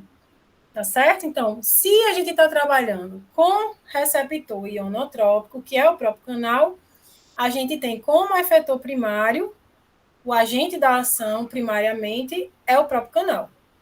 Se a gente está trabalhando com receptor metabotrópico, ele não é o canal. Então, a gente vai ter como efetor primário agora a enzima. E aí, vamos detalhar isso. Então, aqui o receptor ionotrópico, aqui o receptor metabotrópico. Ionotrópico é o próprio canal, metabotrópico não é o canal. Então, o ionotrópico, como a gente estava falando antes, pela ligação do neurotransmissor com o receptor, a gente vai ter a alteração da permeabilidade desse canal. Então, quem é o efetor da ação? O canal, certo? E aí vai alterar a voltagem da membrana. Então, lembrando que os canais eles têm diferentes tempos de abertura e fechamento. E isso vai interferir no que vai estar acontecendo. Então, por exemplo, a gente vai falar do receptor nicotínico. O receptor nicotínico, ele se liga à acetilcolina. E aí ele abre canais de sódio, cálcio e potássio. Quando abre canal de sódio e o cálcio e o sódio entram na célula, despolariza essa célula.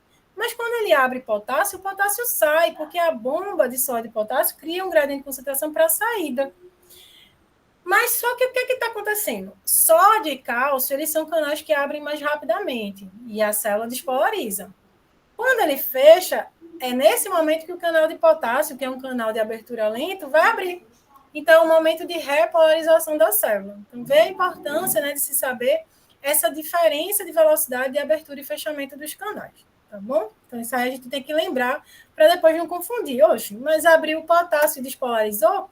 Mas ele abriu junto sódio, cálcio e potássio. Primeiro abre sódio, segue com cálcio e, por último, é potássio, quando os outros já estão fechados. Então, é um momento de repolarização dessa célula. Então, aqui só um exemplo de receptor ionotrópico, tá, gente? Então, por exemplo, o GABA e o GABA, que é o neurotransmissor, eles atuam muito no processo de inativações. Então, no processo de sono, né, que o organismo está inativando. Então, o GABA-A, ele é um receptor ionotrópico, ele é o próprio canal iônico, e é um canal iônico de cloreto. tá bom? Então, toda vez que o GABA, que é o neurotransmissor, se liga ao GABA-A, esse receptor ionotrópico, ele abre o canal, que é o canal de cloreto. E aí, como a gente tem mais cloreto fora da célula do que dentro, o cloreto entra na célula. E o cloreto tem carga o quê? Positiva ou negativa? Negativa. Então, ele vai tornar a célula mais negativa dentro. Ou seja, ele despolarizou ou hiperpolarizou essa célula. Hiperpolarizou. E aí, eu posso ter um potencial de ação com isso? Não, porque potencial de ação é despolarização. Então, se eu hiperpolarizei a célula, isso aí está impedindo a geração de potencial de ação. Então, por isso que o GABA-A, ele está envolvido, né, em processos que a gente tem inativação.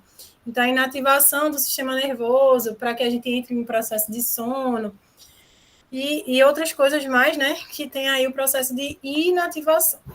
Por sua vez, ó, o NMDA, assim como o receptor nicotínico, que a gente vai falar em seguida, eles são canais iônicos de sódio, cálcio e potássio. Só que lembra que a gente tem diferença na velocidade de abertura desses canais.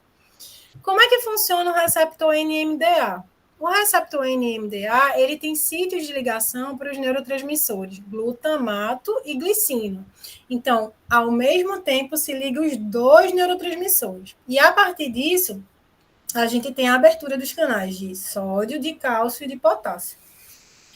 Então, abrindo os canais de sódio e cálcio mais rapidamente, ocorre a despolarização dessa célula. Então, o canal NMDA, quando é ativado, ele causa a despolarização da célula. Ele causa a geração de um potencial pós-sináptico excitatório e, consequentemente, a possibilidade de gerar um potencial de ação. E aí, onde é que entra o canal de potássio? Como a abertura é mais tardia, é quando a célula já está repolarizando. É aquele ciclo que a gente falou. Então, aqui outro exemplo de receptor ionotrópico é o receptor nicotínico. Então, o receptor nicotínico, a gente lembra da nicotina, né? Mas, na verdade, o neurotransmissor dele não é a nicotina. A nicotina é um intruso. O neurotransmissor que atua no receptor nicotínico é a acetilcolina aqui, ó. Então, toda vez que a acetilcolina se liga no receptor nicotínico, também são abertos canais de sódio, de cálcio e de potássio. Então, a gente tem, por essa ligação aqui do neurotransmissor com o receptor, a despolarização da célula, a geração de um potencial pós-sináptico excitatório. Por sua vez, receptores metabotrópicos, que são proteínas únicas de membrana, então é uma única proteína integrada ali na membrana, ele não é um canal, é uma única proteína, ele não tem fenda nenhuma. Então, ele não é o canal, mas ele, a partir de alterações metabólicas, né, secundariamente, ó, ele consegue alterar o canal, fazendo com que esse canal abra, feche, com que a gente tenha hiperpolarização ou despolarização, dependendo do neurotransmissor e dependendo do receptor. Então, aqui a gente já não tem uma ação direta de um canal. A gente tem como efetor secundário enzimas, tá certo? Que vão culminar na produção de um segundo mensageiro, de um efetor secundário e assim na alteração de toda uma cascata metabólica dessa célula e secundariamente é que a gente tem a alteração do canal. E por isso, né, essa é uma resposta mais lenta, porque depende de toda essa cascata enzimática e de mensageiros. Porém, é mais duradoura. Por quê? A partir do momento que eu tenho as enzimas, a cascata enzimática sendo ativada, né, o metabolismo sendo alterado, eu necessito da ligação do neurotransmissor com o receptor? Não preciso. Então, perceba que ativou a cascata enzimática, enquanto aquelas enzimas estiverem funcionando, aqueles mensageiros secundários sendo produzidos, vai estar tendo efeito. Então, receptores metabotrópicos, guarda isso aí, ele tem uma resposta mais lenta quando é ativado, mas é muito duradoura. Já receptor ionotrópico, não. Eu tenho que ter a ligação com o neurotransmissor, né, no receptor, para ele manter aquele canal aberto ou fechado. Então, é uma resposta super rápida, porque ligou, abre ou fecha, mas é uma resposta muito curta, porque desligou o neurotransmissor, acaba também a resposta, certo? Então, essa é uma grande diferença em termos de resposta biológica. Uma é uma resposta lenta e duradoura, outra é uma resposta rápida, mas pouco duradoura. Então, vai interferir no tipo de resposta biológica que a gente tem. Então, receptor metabotrópico, a resposta biológica dele é sempre por essa cascata aí.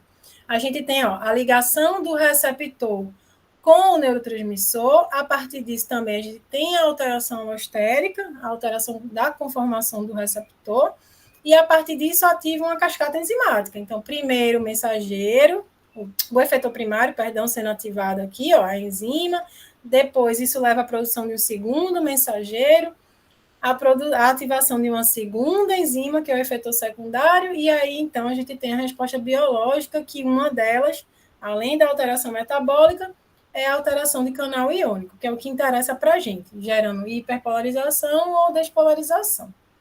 Então, a partir disso, a gente tem, da ativação de receptores metabotrópicos, a gente tem uma amplitude de resposta muito maior, muito mais variada, né, do que com o receptor ionotrópico. E aí aqui, eu não vou nem entrar em detalhes, só vou citar mesmo, a gente tem três possibilidades de receptores metabotrópicos. Os acoplados à proteína G, que são os mais comuns, né, que a gente tem maior amplitude. Inclusive, a gente tem várias proteínas Gs, então se a gente tem várias proteínas Gs, cada tipo de proteína G sendo ativada nesse processo, a gente tem resposta biológica também diferente. Então, a gente vai ter uma variedade gigante de resposta biológica. A gente tem ainda o receptor metabotrópico com a atividade intrínseca da guanilociclase, que é uma enzima.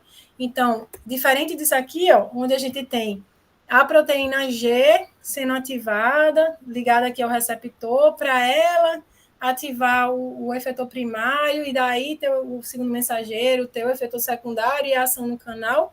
No caso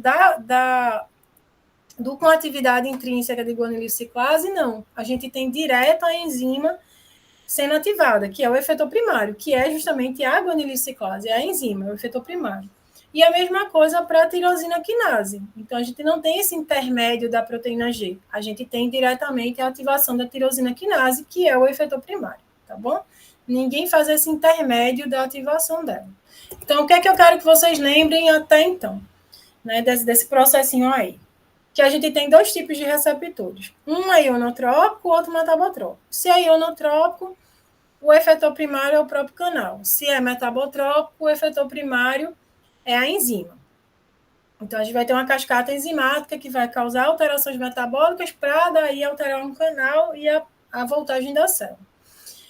Se ativa receptor ionotrópico, a resposta é rápida e pouco duradoura. Se ativa receptor metabotrópico, a resposta é lenta, porém duradoura. E a partir daí, como é que acontece a geração de potencial pós-sináptico inibitório ou potencial pós-sináptico excitatório? Potencial pós-sináptico inibitório, basicamente pelo efluxo, né, pela saída de potássio da célula, ou entrada de cloreto nessa célula. Então, a célula se torna mais negativa ainda dentro do que no repouso, impossibilitando a geração de um potencial de ação. Então, lembra do que é o potencial pós-sináptico inibitório e de como ele é gerado. E o potencial pós-sináptico excitatório. Então, basicamente, pelo influxo de sódio, também de cálcio, mas principalmente de sódio, né? A gente tem essa geração do potencial pós-sináptico excitatório, que é a despolarização da célula, permitindo, a partir disso, alcançar um limiar de excitação e gerar um potencial de ação.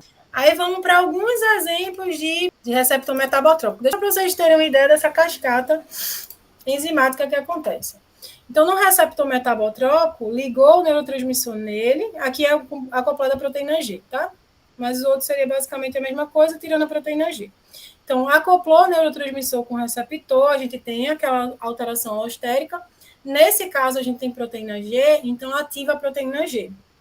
E aí, essa proteína G, por sua vez, ativa a enzima. Olha a enzima aqui, ó.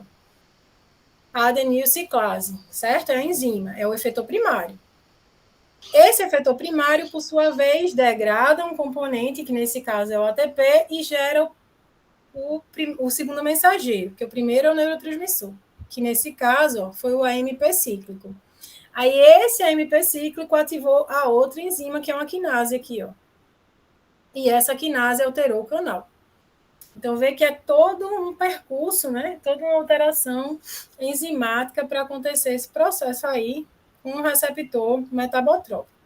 E o que não é acoplado à proteína G, né? O guanilociclase, o tirosina quinase. Simplesmente não vai ter a proteína G.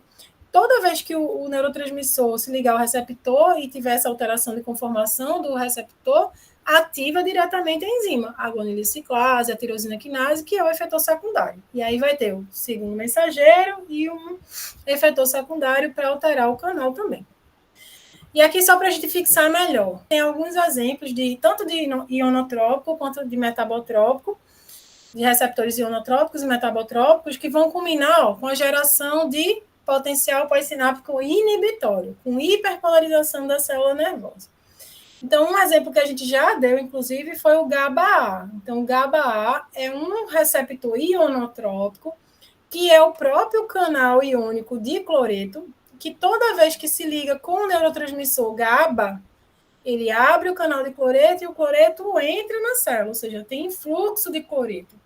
Então, a célula se torna ainda mais negativa dentro do que no estado de repouso. Ela hiperpolariza. Então, a gente teve geração aqui de potencial pós-sináptico inibitório, tá certo? Lembra que a gente já falou disso.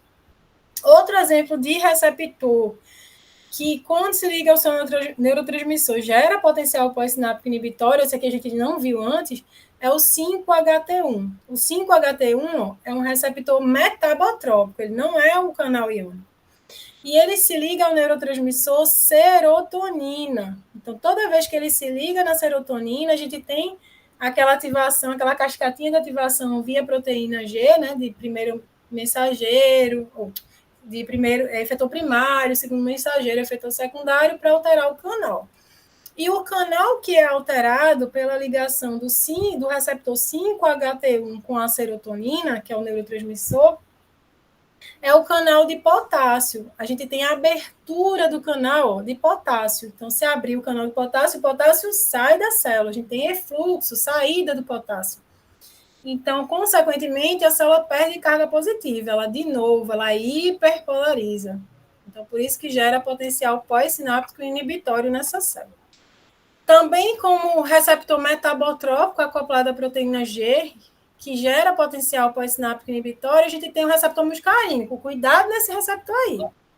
Esse receptor muscarínico a gente vai usar muito, porque é ele que está lá no finalzinho das sinapses no sistema nervoso autônomo. Então, como é que funciona? Então, esse receptor muscarínico, ele é um receptor metabotrópico acoplado à proteína G, que se liga ao neurotransmissor acetilcolina. A partir dessa ligação, ele causa abertura também, a mesma coisa do anterior, abertura de canal de potássio. E aí, lembra que a bomba joga potássio para dentro. Se eu abrir um canal, o potássio sai da célula. Então, essa célula perde carga positiva. E, de novo, ela hiperpolariza. Então, aqui, por sua vez, ó, a gente tem os receptores, exemplos de receptores que, quando se ligam nos seus neurotransmissores, a gente tem geração de potencial pós-sináptico excitatório, ou seja, despolarização da célula. Aí, o primeiro exemplo que eu coloquei foi o receptor nicotínico, que a gente já falou nele. Por que eu coloquei aqui o primeiro nicotínico? Porque olha quem é o neurotransmissor que atua nele? Acetilcolina, o mesmo do anterior, do muscarínico. Então, perceba que, enquanto o muscarínico é um receptor metabotrópico acoplado à proteína G e que causa hiperpolarização da célula, o nicotínico é um receptor ionotrópico que, quando acoplado com acetilcolina, ele causa abertura de canais de sódio, cálcio e potássio. Então, ele gera despolarização da célula. Uma resposta super rápida, porém pouco duradoura, para a despolarização da célula, enquanto que o outro, né, o muscarínico, é uma resposta lenta, duradoura e causadora de hiperpolarização da célula. Então, vê que a gente teve o mesmo neurotransmissor, mas agindo sobre receptores diferentes e com ações totalmente diferentes. Outros exemplos aqui, ó, também de receptores ionotrópicos, geradores de potencial pós-sináptico excitatório. São os receptores, ó, AMPA e caianato. Eles têm o mesmo efeito do nicotínico, do NMDA que a gente falou antes. Só que, para o receptor AMPA e caianato, o neurotransmissor que se liga a eles é somente o glutamato, diferente do MNDA, que tem que ligar glutamato e glicina. Então, nesse caso aqui, ó, Quando o glutamato liga no sítio de ligação desse receptor, que é ionotrópico, ele é o próprio canal iônico, ele faz o mesmo efeito lá do anterior que a gente falou, o nicotínico. Abre canal de sódio, de cálcio e de potássio. Como o canal de cálcio e sódio abre mais rapidamente, né? A gente tem gradiente favorável para a entrada desses íons. Então, a célula se torna mais positiva dentro do que fora. A célula despolariza. Tá certo? E o potássio entra onde? Na fase de repolarização. Né? Lembra disso. E aqui já é um receptor metabotrópico, mas também com função de gerar potencial pós-sináptico excitatório, de gerar despolarização da célula. E aí, como que esse receptor, o 5-HT2A, faz isso? Então, quando esse receptor, que é um receptor metabotrópico, acoplado à proteína G, ele se liga lá com o seu neurotransmissor, que é a serotonina, ele causa fechamento do canal de potássio. Quando fecha o canal de potássio, o potássio fica onde? Dentro. Ele não consegue sair, então aprisiona a carga positiva. De novo, despolarizei a célula. Então, gerou potencial pós-sináptico excitatório, tá certo? Então, foram alguns exemplos que a gente teve aí, né? De gerações de potencial pós-sináptico excitatório, inibitório, de acordo com o neurotransmissor e com o receptor. Tá bom? Então, vê que o neurotransmissor e o receptor, né, essa combinação é fundamental para saber que tipo de informação vai ser gerada, se é excitatório, se é inibitório. E aí, com relação ao neurotransmissor, a gente precisa lembrar que o neurotransmissor, como eu já comentei, é um mensageiro químico da informação nervosa. É ele que vai conduzir essa informação, excitando ou inibindo a célula seguinte. E ele é liberado sempre, né, do terminal pré-sináptico. Então, ele sempre está lá no terminal pré-sináptico da célula nervosa. E eles basicamente são de 3 tipos. A gente tem neurotransmissores aminoácidos, amínicos e peptídicos. Então, esses são os 3 tipos clássicos. Mas a gente tem neurotransmissores atípicos. Então, a gente tem, por exemplo, o óxido nítrico, que pode agir como o neurotransmissor, o ATP, o monóxido de carbono. E aí, de onde surgiu esse negócio? Do próprio tecido da gente. O tecido da gente produz óxido nítrico, produz monóxido de carbono, produz ATP. E eles, em algumas situações, agem como neurotransmissores, tá? Quanto aos neurotransmissores aminoácidos e aminas, a gente sempre vai falar deles junto, porque eles têm a mesma característica, o mesmo ciclo biológico. Então, a gente conhece eles como neurotransmissores de moléculas pequenas, por causa do tamanho deles mesmo. E os peptídicos como neurotransmissores de moléculas grandes. Os neurotransmissores aminoácidos, eles são os mais encontrados no cérebro, e eles são alguns deles, a maioria, na verdade, a gente já falou. O GABA, que é o ácido gama-aminobutírico, o glutamato, a glicina, o aspartato, todos eles são neurotransmissores aminoácidos. E a gente tem os neurotransmissores do tipo amina, onde entram todas as aminas biológicas, que aí a gente tem a adrenalina, noradrenalina, dopamina, serotonina, histamina. A histamina aí, né? A gente lembra do antihistamínico, o histaminzinho que a gente toma, ele inibe a histamina, que mantém a gente em estado de vigília. E a acetilcolina também, aí como um neurotransmissor amínico. Quando a gente fala de adrenalina, noradrenalina, dopamina, a gente tem as catecolaminas, tá? Depois a gente vai entender melhor por que a gente dá esse nome a elas, lá em endócrino. E por último, a gente tem os neurotransmissores peptídicos, que eles ficam em menor quantidade no cérebro, mas que são a categoria que mais tem, né, quantidade de neurotransmissor. E nesse caso, a gente dá muita ênfase aos opioides. Então, beta-endorfina, lê-endorfina, encefalinas. Então, a gente dá muita ênfase a eles, né, o que mais a gente lembra da atuação, mas a gente tem diversos outros neurotransmissores peptídicos. E no terminal pré-sináptico da célula nervosa, né, esse terminalzinho aqui, ó, a gente tem acúmulo dos neurotransmissores, como a gente já falou. Mas esse acúmulo de neurotransmissores, em geral, a gente não tem só um neurotransmissor presente nessa fenda. A gente tem mais de um tipo, inclusive mais de um tipo de cada categoria. Então, geralmente, a gente tem neurotransmissores de moléculas pequenas e de moléculas grandes aí acumuladas. E quando a gente tem essa liberação e a gente vai ver que muda, né? A gente pode ter liberação só de neurotransmissor de molécula pequena, porque o de grande ele precisa de um estímulo muito maior para ser liberado. E isso vai interferir, inclusive, no tipo de resposta biológica que a gente vai ter, tá? Então, por isso que a gente tem mais de um tipo aí acumulado nesse terminal. Em relação ao ciclo biológico, né, dos neurotransmissores, a gente tem todo o processo de síntese, armazenamento, liberação, recebimento pelo neurônio pós-sináptico e inativação do neurotransmissor.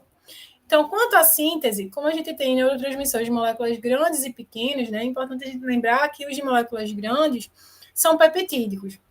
Então, consequentemente, são neurotransmissores que são sintetizados a partir do processo de transcrição e tradução.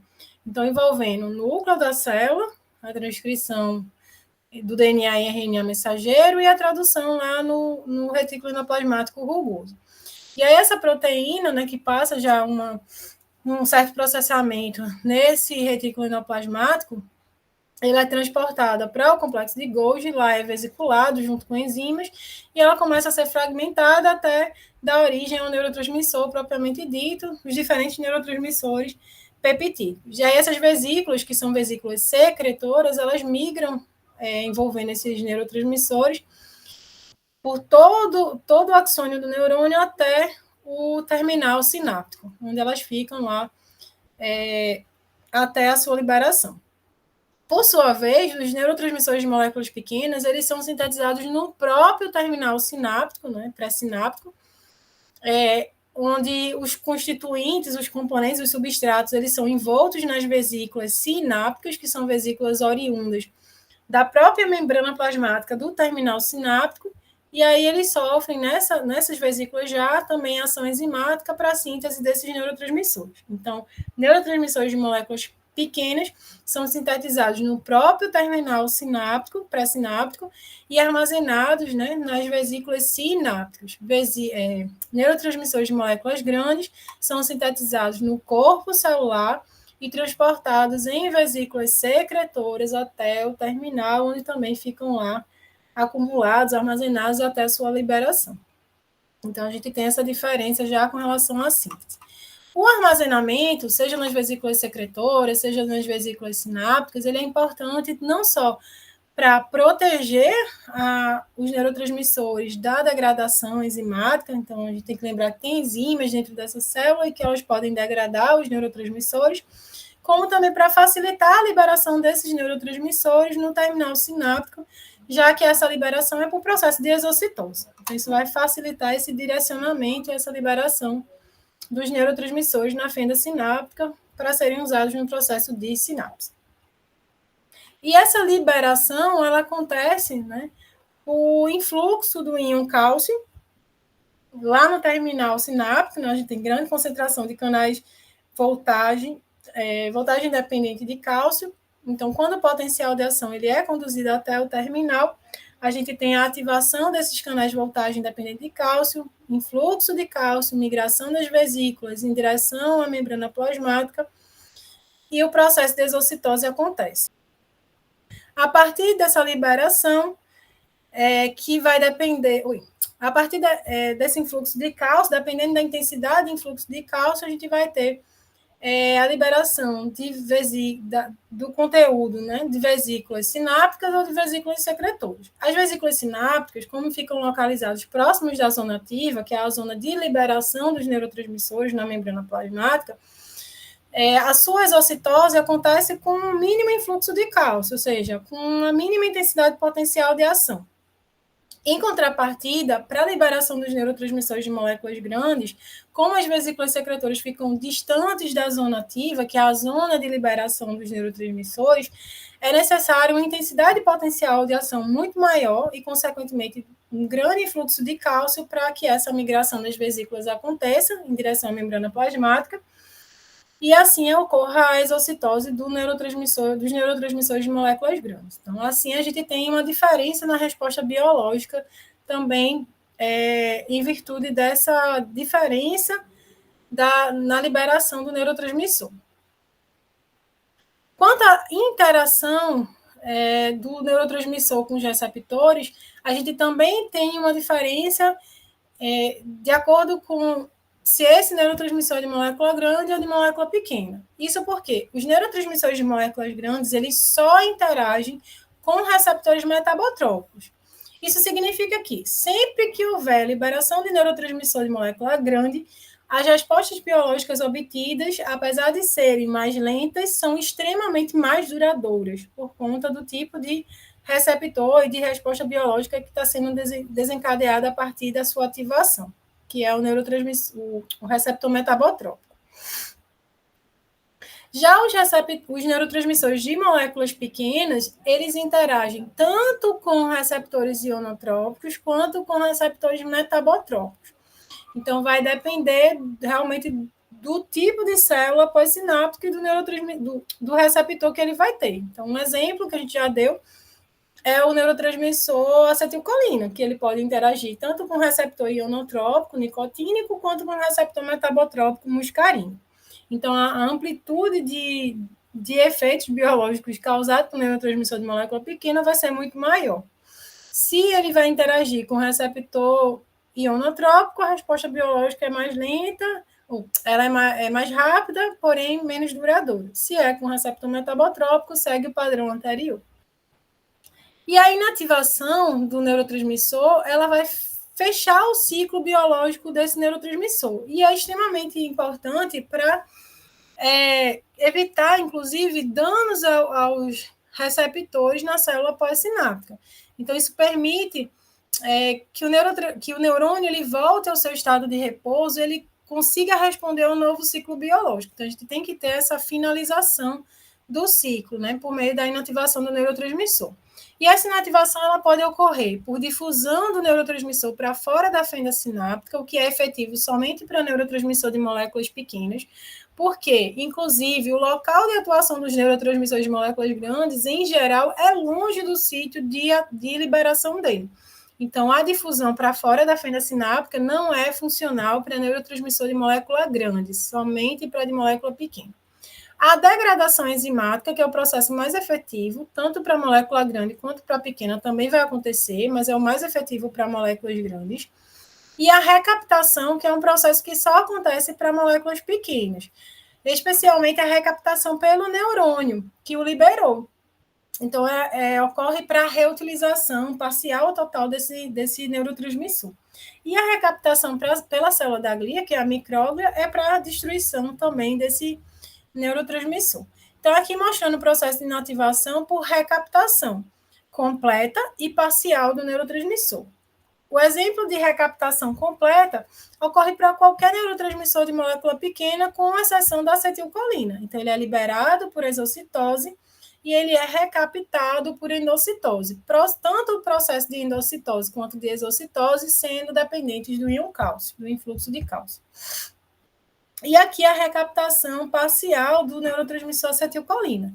Por que parcial? Porque na fenda sináptica, quando a acetilcolina é liberada, ela age no seu receptor e quando é desligada, né, ela sofre a ação da enzima acetilcolinesterase presente na própria fenda sináptica, que vai promover a quebra dessa acetilcolina em acetato e colina, sendo somente a colina reaproveitada e entrando no ciclo para nova síntese de acetilcolina.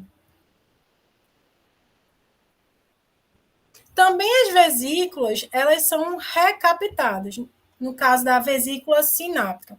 Então, a vesícula sináptica, como ela faz parte, né, a sua origem é a membrana plasmática do terminal sináptico, ela consegue ser também reaproveitada. Então, quando o neurotransmissor ele sofre a recaptação, o reaproveitamento pelo terminal sináptico, também a vesícula sináptica ela é reaproveitada junto nesse processo de endocitose, que é um processo, como a gente já falou, dependente do cálcio. Por sua vez, a vesícula secretora não. Ela não é recaptada, ela não é reaproveitada. Primeiro que ela é uma vesícula oriunda do complexo de Golgi, então não faz parte desse terminal sináptico. Segundo que os neurotransmissores que ela envolve também não são recaptados. Então, tanto a vesícula secretora quanto os neurotransmissores de moléculas grandes, eles não são reutilizados, eles são perdidos.